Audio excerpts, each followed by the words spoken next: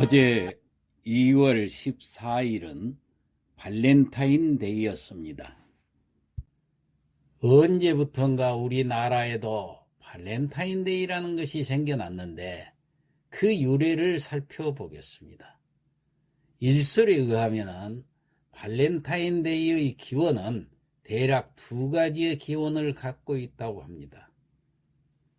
로마 시대에는 군단병들의 결혼이 금지되어 있었습니다.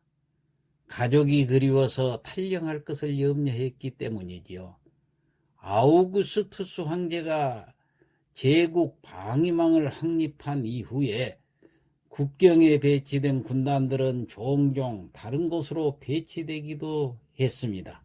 예를 들어서 독일 라인강 서쪽에 있던 부대가 시리아로 배치된다든가 하는 경우입니다. 이랬을 때 군단병들이 결혼하면 이래저래 문제가 많이 발생을 합니다. 그래서 몰래 아이까지 키우다가 전역 후에 정식으로 결혼하는 경우도 있었습니다. 발각되면 엄벌에 처해졌습니다. 그때 발렌티노라는 신부는 서로 사랑하는 사람들을 위해 법을 어기고 몰래 결혼을 성사시켜 줬다가 발각이 되어서 사형을 당했던 것입니다. 이를 기리기 위해 생긴 것이 성 발렌티노 축일, 즉 발렌타인데이라고 알려져 있습니다.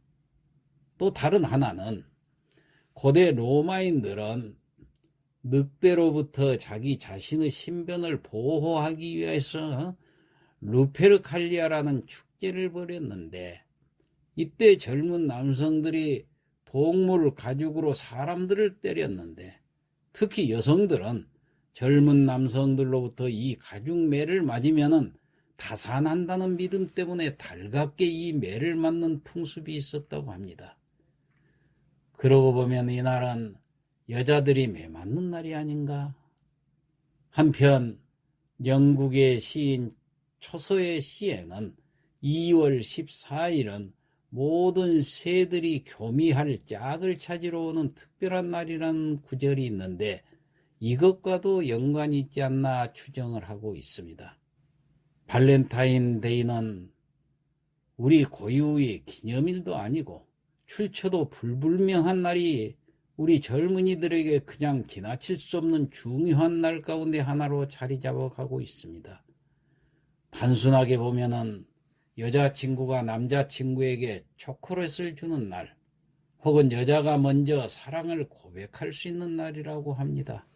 어떤 사람은 초콜릿 장사하는 사람들이 만들었다고도 하고, 어떤 사람들은 외국 사람들의 풍습을 본받아서 수입을 했다고도 합니다. 1960년대 일본의 한 제과업체가 달콤한 사랑을 맛보라는 의미로 2월 14일이면 초콜릿을 보내는 캠페인을 벌였는데, 이것이 확산되었다는 설도 있습니다. 문제는 무분별한 장사꾼들의 상언입니다. 일부 백화점이나 제과점에서는 법석을 떨며 특설 코너를 설치하고 분별 없는 청소년들의 호기심을 자극해서 유인하고 있습니다. 보도에 의하면 수십억 원대의 초콜릿이 수입되고 하나에 수만 원씩 하는 초콜릿까지 나왔다고 하니 대단한 발렌타인 광기가 아닐 수가 없습니다. 이런 유래와 상관없이 상업적인 목적으로 이용이 된 셈입니다. 안타까운 것은 우리가 단순하게 그날을 그대로 받아들였다는 점입니다.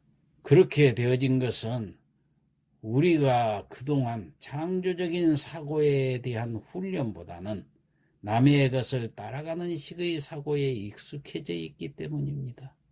지금 유행처럼 번지고 있는 이 풍속을 폄훼할 생각은 없습니다마는, 족보도 없는 날을 만들어서 사탕을 주고받으며 부산을 떠는 것이 나 같은 노년층에서는 기이하게 여겨집니다. 어찌되었건 우리는 비판 없이 이 날을 받아들여서 10만 원이 남는 초콜릿 바구니를 들고 다니고 진정한 사랑에 대한 고민도 없이 그저 감정에 들뜬 고백을 새들의 짝짓기와 연결된 날에 주고받는 모습을 목격하게 됩니다. 그리고 그에 대한 보답으로 만들어진 날이 화이트데이라고 하는데 유감스럽게도 이런 날은 미국이나 캐나다에도 없습니다. 도대체 이 날은 어디서 생긴 건지 도통 알 수가 없습니다. 그런데 그보다 더 놀라운 사실은 이날이 안중근 의사가 중국 류순 감옥에서 사형 선고를 받는 날이라는 점입니다. 그러니까 안중근 의사가 하르빈역에서 일본 초대 총감 이토 히로부미를 저격한 날이 1909년 10월 26일이었고 이어서 1910년 2월 14일에 사형 선고를 받고 그해 3월 26일에 사형을 당한 것입니다. 사랑하는 연인 간에 선물을 주고받는 것은 상수를 떠나서 비난받은 일은 아닙니다. 그러나 하필이면 우리 안중근 의사가 사형 선고를 받은 날인 이날 발렌타인데이를 겨냥해 일본 업체가 만든 상술이 보기에 참 못마땅하고 불편한 것입니다. 안 의사는 순국을 앞두고 천국에서도 독립운동을 함께 하겠다고 유언을 했습니다. 내가 죽은 뒤에 나의 뼈를 하얼빈 공원 곁에 묻어두었다가 우리나라가 주권을 되찾거든 고국으로 옮겨다오. 나는 천국에 가서도 또한 우리나라의 독립을 위해 힘쓸 것이다.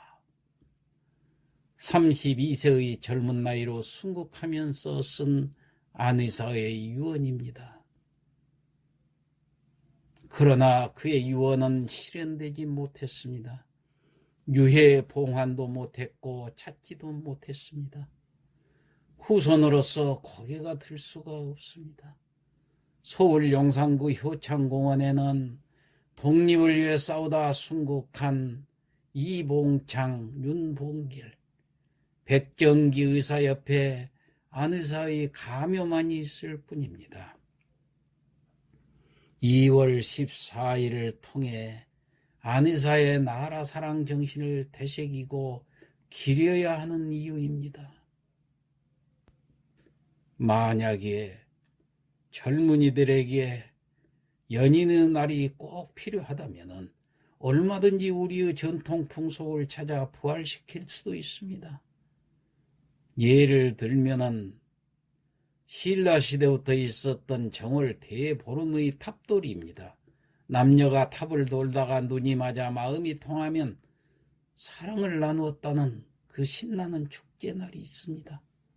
또 벌레들이 겨울잠에서 깨어 일어난다는 경칩날. 이날은 처녀 총각들은 날이 어두워지면 동구 밖에 있는 은행나무를 도는 것으로 사랑을 증명하고 또 정을 다지기도 했습니다. 또 칠성날도 있습니다. 이날은 견우와 직녀가 은하를 가로질러 1년 만에 상동하는 날이죠. 이날 밤 처녀들은 결교라 해서 반원형의 달떡을 빚으며 마음먹은 사람을 움직이게 해달라거나 시집가게 해달라는 사랑의 기도를 했습니다.